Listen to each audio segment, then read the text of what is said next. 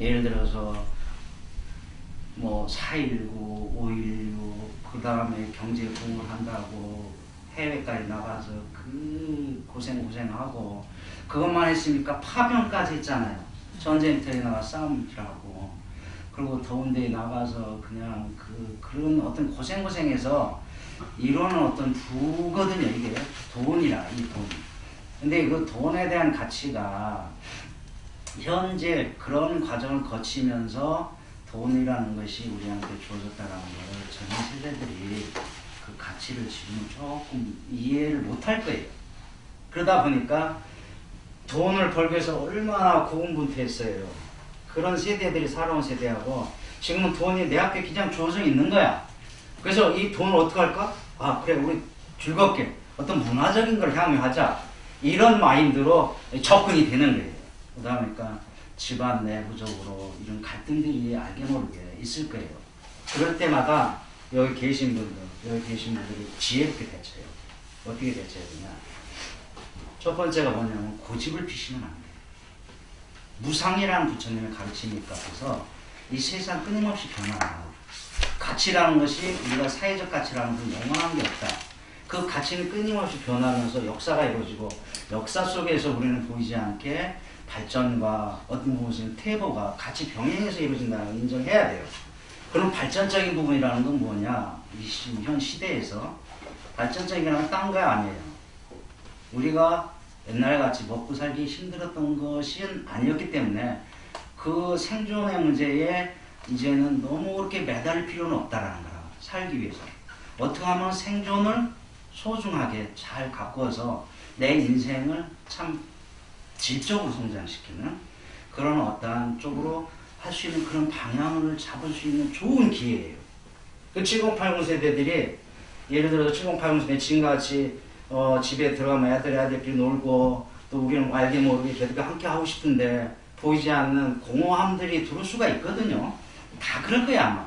애가 예를 들어서 대학 졸업하고 또 더군다나 결혼해서 나가고 나면 남는 건 두 부부인데 두 부부가 그동안 어렸을 때 지금 젊은 세대 자기들끼리 문화적으로 하면서 뭔가 취미라든지 이런 걸 공유하면서 커뮤니케이션이 이뤘던 세대가 아니에요. 그러다 보니까 부부간에도 어떤 일이 형성되냐면은 둘이 같이 있어도 왠지 모르게 대화가 안 돼요. 그리고 왠지 모르게 어떤 경우 서먹서먹해져요. 대화를 하려고 그러면 쑥스럽고 이런 일들이 자꾸 벌어진단 말이에요. 내부적으로. 그 다음에 둘이 있어도 공허해. 그러면 이제 조금 있다가 이제 남편 이 친구도 찾아 나가지 밖으로 들어다니는 습성이 있으니까요. 그럼 남는 건 누구냐? 여자 혼자 나간 거야. 혼자 나간 거지. 혼자 나면 혼자 가만히 있다 보면 텔레비 보는 것도 어느 정도지. 사람이라는 텔레비하고 사람 대 사람들을 부딪히는 거하고 차이는 느낌이 없다는 거예요. 내가 피부적으로 체감을 하고 느껴야 되는데 부딪히며 느껴야 되는데 그게 없다 보니까 그거 봐도 공허한 거는 매마찬가지. 이런 때일수록 어떻게 해야 되냐? 딴 거 없어요. 저번 시간에 말했듯이 내 원래의 자리를 찾는 거예요. 내 원래 자리가 뭐라고 했습니까? 그렇죠. 그 자리를 가는 거예요. 그것만 여러분이 남을 수 있고 그것만이 다음 생에서 여러분들한테 여러분들이 자기가 태어나고 싶은 대로 태어날 수 있게 해주는 것이 그걸 밝히는 것밖에 없어요. 여러분들이 태어나고 싶지 않은 것으로 태어나려고 그러면은 거기에 번뇌, 오묘한 생각들, 욕망으로 찬 그런 생각들이 뒤덮여서 막상 태어날 때 판단이 흐려지게 해가지고 엉뚱한 데 태어나게 되는 그런 누를 안 범하려고 한다 그러면 여러분들이 할 일은 그거밖에 없어요. 정말입니다. 그거를 위해서 여러분들이 사신다 그러면은 아마 다음 생이라고 하기 떠나도 현재 이 현재의 삶 자체도 여러분들한테 알게 모르게 그게 이제 처음에는 익숙해지지가 않아요. 조금씩 익숙해지면 그 맛을 보기 시작하지 않습니까? 그 맛을 보고 나면 그것만큼 소중한 것이 없다라는 스스로가 체득해요. 우리가 그걸 체득하는 방법이 여러 가지 방법이 있지만은 저번에도 어제 저번 시간에 얘기했나? 내가 가장 순수했던 시간을 한번 되돌아가 보라고 이런 얘기 했었나요? 안 했어요? 그걸 체득하는 방법은 이런 방법도 있어요. 내가 인생을 살면서 지금까지 살아오면서 어린 시절이든 어떤 시간이든 내가 가장 순수했던 시간들이 있어요. 가까다 떠오르면 아 너무 좋았어 이렇게 하면서 기억 속에서 새록새록 날 때가 있어요. 그러다 보면 어떤 고향 친구라든지 아니면은 고등학교 때, 중학교 때 남자 말 속된 말을 거시기 한 친구들 이런 친구들도 보고 싶을 때가 있어요. 한없이 그냥 아무 생각이 없는데 갑자기 문득문득 떠오른다고. 그거는 그 메시지는 무슨 메시지냐? 딴 거 없어요. 내가 내 자신한테 하는 말이에요. 야, 너 그런 사람 만나면서 너와 너 자신이 대화를 해봐. 네 안에 있는 부처님과 대화를 해봐. 그럼 네가 지금 외롭고 힘든 것이 어느 순간에 떠들어져 나간다. 이렇게 얘기하는 거예요. 그게. 그래서 자기 순수와 대화할 수 있는 이런 시간을 많이 가지라는 얘기예요. 그러면은 여러분들 그 순간에 지금까지는 잊혀졌던 그런 순수였지만 그런 사람들을 만나고 그런 기억도 떠올리다 보면 어떤 생각이 드냐? 생각이 드는 게 아니라 느낌이 느껴져요. 자신한테. 그런 순간만 생각해도 여러분들은 기분이 어때요? 좋아요. 환희로워지고 좋아지잖아요. 이런 걸 자꾸 느끼려고 하셔야 돼요. 그럼 내 삶이 어떻게 되냐? 그게 진짜 원동력이 돼서 내 삶이 지금까지 자식에 의해서 남편에 치중했던 그런 삶이 아니라 내 삶이 하나씩 하나씩 공간이 생겨요. 나의 삶의 공간. 그러면 그게 진정한 공간이 생기면서 그 공간에 의해서 나도 이제 내 삶을 살고 싶어. 이런 용기가 생기는 거예요. 누구의 거침없이. 그때 가면은 대화가 또 시작이 될 수 있어요. 요새 애들이 그러더라고. 저번에 부모하고 지금 35살 먹었네. 맞딸하고 부모하고 왔어요. 저를 찾아서. 왔는데 이제 막 그 딸한테 물어봤어. 뭐라고 물어봤냐면은 야, 너 부모님한테 지금 너 어떻게 대하고 있어? 부모님에 대한 생각은 너는 어떤 생각을 가지고 있냐 그랬더니 딱 하는 애가 부모가 나의 장애가 안 됐으면 좋겠어요. 이런 말을 해. 부모가 나를 도와주는 거 원치 않는데 나 살아갈 수 있어. 다만 부모가 나이 들어서 아프다든지 아니면 부모가 부모의 삶을 살지 못하고 내 삶에 들어와서 자꾸 이것저것 간섭한다든지 이런 게 싫다는 거예요. 그러니까 교류라는 것 자체가 옛날에 가졌거든 가족적인 교류라는 게 아니라 개인 대 개인으로서 같이 자기 삶을 살자는 거예요. 이게 요새 젊은 사람들의 생각입니다. 그러다 보니까 여기 그런 삶을 살아오셨던 분들이 놓고 볼 때는 너무나 당황스럽지 않습니까? 이런 당황스러움을 이겨내려면 어떻게 되냐? 아까 말했듯이 내가 부처라는 걸 자각하고 그리고 그것이 우리 꼭 참선을 하고 앉아서만 그게 되는 게 아니라 우리 기억 속에서 좋았던 시절을 떠올리면서 한번 놀아보자 이거예요. 자기 삶을 살아보자 이거예요. 누구도 건드리지 않는 여러분들이 그런 삶을 살아갈 때 여러분 마음속에 있는 진짜 정말 순수한 그 마음이 살짝 쏟아나면요 그렇게 살아가잖아요. 내가 그런 삶을 살잖아요. 애들이 보고 걔네도 그런 마음이 있기 때문에 똑같이 우리 엄마가 변했어? 우리 아빠가 변했어? 야 멋쟁이야? 아 이런 말도 하면 가정도 같이 옛날에 가족이라고 울타리에 있어서 같이 종속적 개념으로 되는 게 아니라 가족이라는 것이 없어지고 가족이라는 개념이 없어지고 각각이 이루어져서 가족이 자연스럽게 형성되는 그런 삶으로 바뀐다는 거예요. 이런 삶을 가실 때 여러분들은 어떻게 되냐? 스스로가 행복할 뿐만 아니라 가족이 있으면서 외로움이나 이런 것들도 자연스럽게 없어져요. 저번 시간에 말했듯이 내가 부처다락하는 이 말은 일상생활 속에 이렇게 접목을 시킬 수가 있어요. 여러분들 기도를 하지 않습니까? 기도를 하는 것도 마찬가지예요.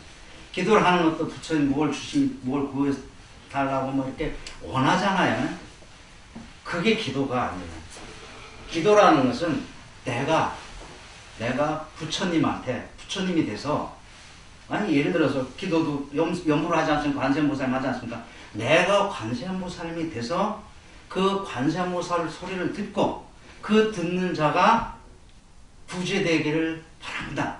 이게 진짜 기도라는 얘기예요. 다시 말씀드릴까요? 이해가시죠? 기도라는 게 여러분들이 말씀할 때 뭘 구하는 게 아니에요. 내가 관세음보살님 하면 내가 관세음보살님이 돼서 이 소리를 관세음보살 소리를 듣는 사람이 모든 중생들이 다 부재되기를 기원합니다. 이것이 원력이에요. 욕심으로 하는 게 아니라 진짜 부처님 가르치는 이거예요. 여러분들이 경전을 볼 때도 있지 않습니까? 경전을 볼 때도 마찬가지예요. 경전 못해도 경전에 누가 쓴 글이게? 부처님께서 하신 말씀이잖아요. 그럼 내가 그거를 읽는다면 내가 뭐가 되는 거예요? 부처가 되는 거예요. 부처가. 내가 부처가 돼서 경전을 독송할 때 이 경전 소리를 듣는 사람이 모두 다 부처가 되고 해탈하기를 기원한다는 그런 마음으로 경전을 읽어야 되는 거예요. 여기 들어오다 보니까 뭐 입구에 딱 오늘 처음 봤는데 보살 뭐라고 썼던데 앞에 뭐라고 써있어요? 보살의 삶으로 부처의 품으로인가? 부처의 품으로. 이제부터 저한테 강의 분한테 어떻게 하냐? 부처의 삶으로서 부처의 삶을 살면서 중생의 품으로. 무슨 뜻인지 아시겠어요? 네. 그래야 진짜예요. 여러분이 경전을 보더라도 마찬가지고 부처의 삶을 통해서 부처의 삶으로 중생의 품으로 그렇게 갈 때 가서야 어떻게 되냐? 내가 부처의 삶을 살 때 가서야 자식하고 마찬가지야. 자식이 부처이지만 중생의 모습이기 때문에 그의 품으로 들어가서 부처가 행동하면 그거 어떻게 변하겠어요? 부처로 변하는.